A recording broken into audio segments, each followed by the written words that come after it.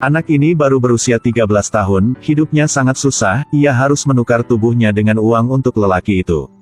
Setelah selesai, dia bilang tidak bahagia, jadi dia tidak memberinya uang.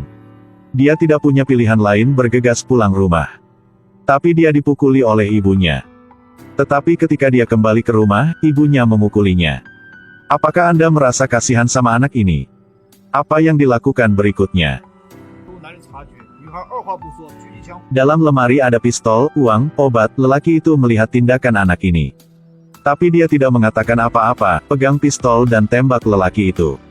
Orang itu jatuh tapi dia masih menembak 2 kali lagi. Anak ini berusia 11 tahun telah membunuh seseorang. Namanya Blanco, ini masa kecilnya. Setelah dewasa dia menjadi pembunuh yang kuat dari Kolombia.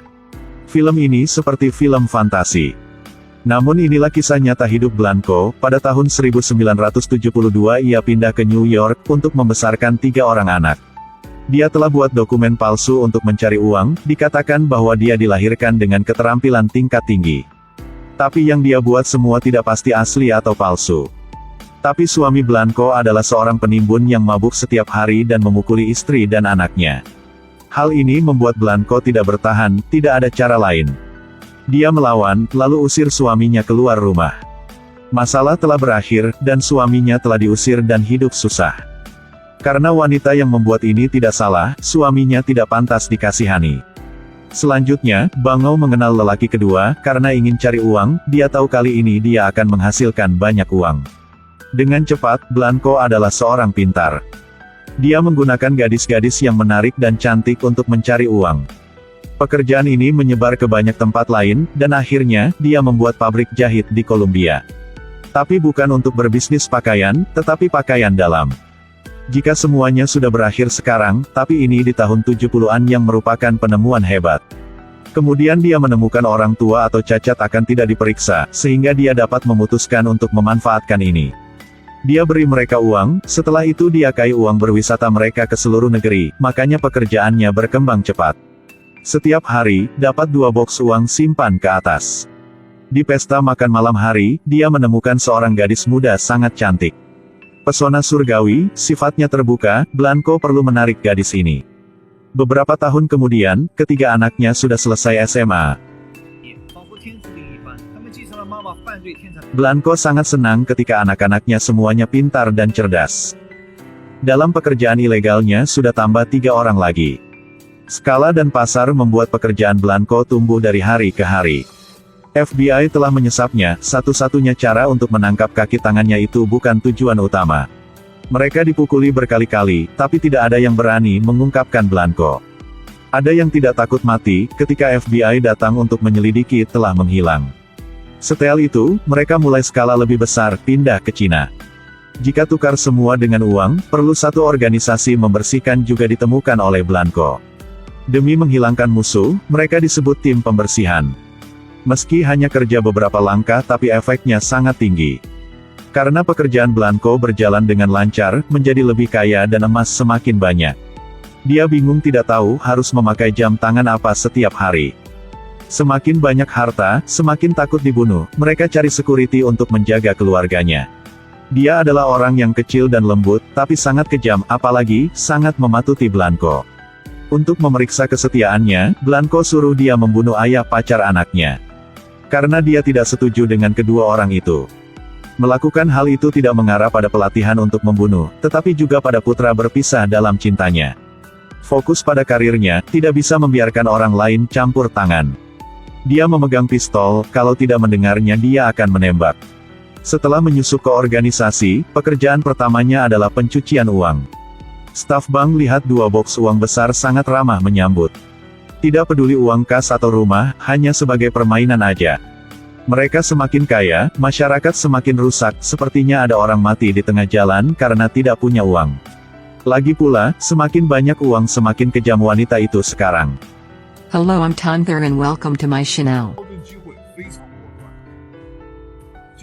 Tunggu sampai saatnya, dia menembak orang itu, bertindak dengan tekad. Selesai, dia sendirian lihat di cermin, dia tidak mengesali tapi karena ada kotoran di baju aja. Setelah itu, putranya, dengan pistol AK, ia mampu membunuh semua musuh menurutnya. Pria ini bernama Pablo Escobar, bisa dibilang pria ini bisa menutupi semua dengan satu tangan. Tetapi dia masih harus menyebut wanita ini sebagai guru. Karena wanita ini juga terkenal di dunia, orang-orang memanggilnya bos narkoba. Tapi dia dan Escobar tidak berkonflik. Di Amerika, Escobar adalah produsen narkoba terbesar, tetapi Blanco adalah pengedar narkoba terbesar. Jadi mereka berdua saling acuh tak acuh, setelah 4 tahun menikah dengan suami ketiga dan punya anak keempat. Lelaki ini sangat mematuhi dia, setelah menikah, ia memiliki tanggung jawab untuk mengembangkan pasar. Tidak ada persaingan dalam bidang bisnis. Jika kamu tidak takut, silakan. Suami, pembunuh, dan 3 putra membentuk kelompok yang terdiri dari 5 orang. Biar semua orang takut, mereka bertindak sangat cepat dan kejam. Setelah merebut pasar, naikkan harga. Siapa yang mampu mengatasi mereka, ketika tangan Blanco tidak puas, dia dan anaknya akan bertindak. Ternyata wanita yang akan dibunuh tidak peduli dia, jadi dia suruh kaki tangannya membunuhnya. Jangan sia-siakan peluru, harus menggunakan pisau. Berdua lelaki sedang ke rumah orang itu dan berpura-pura bertanya. Selanjutnya, pisau kecil itu keluar untuk menusuk wanita itu, yang di sebelahnya bertanya kenapa membunuh istri orang lain. 2 orang ini sekarang berani di depan pria yang memainkan permainan. Setelah itu, melihat pria di depan dan menunjukkan senyum yang sangat kejam. Pekerjaan saya adalah membunuh kamu, lalu potong anggota badan, potong kaki, tangan. Pria itu sangat ketakutan sehingga memohon untuk dibunuh secara lebih lembut. Dia rela menukar semua uang untuk mati dengan 1 peluru. Anak laki-laki itu kembali dan berkata pria bodoh itu ingin menukar uang untuk bisa mati dengan ringan. Menggunakan semua uang untuk menukar keselamatan kedua anaknya. Blanco bilang sama anaknya, harus membunuh semua keluarganya. Turun dari mobil, dengan tegas menembak pria itu di kepala, lalu masuk ke rumah. 2 orang yang melihat adegan ini juga kaget. Wanita ini benar-benar jahat dan kejam. Pada hari ulang tahun putra bungsu, saudara-saudara tidak melakukan hal yang baik untuk adiknya. Mereka kasih adiknya 1 pistol. Blanco mengeluh seolah-olah tidak ada yang salah dengan itu, dan itu mungkin untuk melatihnya ketika masih muda. Ketiga kakaknya bilang akan melatihnya perlahan-lahan. Pria terkenal itu semakin marah ketika mendengar, dia menarik pistol dan tembak di TV. Penjaga mendengar sehingga segera masuk ambil pistol dan membawanya pergi. Dalam rumah ini, hanya dia orang luar, tidak ada yang mendengarnya. Mengatakan bahwa polisi sudah ada bukti, apapun yang dia lakukan, jangan menyakiti anaknya. Pria itu sedikit takut, dia sangat mencintai anak satu-satunya. Dia berencana untuk membawa anaknya pergi. Setelah putra bungsu hilang, Blanco sangat sedih, dia menjadi sangat marah. Setelah itu, kami menggunakan uang untuk mencari, setelah 3 minggu, kami tahu bahwa semua itu dari suaminya. Dia suruh bawahannya mengikuti untuk membawa anaknya pulang dan membunuh suaminya. Putranya kembali, tetapi pada saat itu, cintanya karena telah pakai banyak narkoba sehingga sudah mati. Saat ini, kami belum menerima misi 3 anak laki-laki yang sangat santai, hanya rebahan. Tiba-tiba polisi datang. 1 orang mau melarikan diri tapi ditangkap, masih tidak bisa mengangkat Blanco.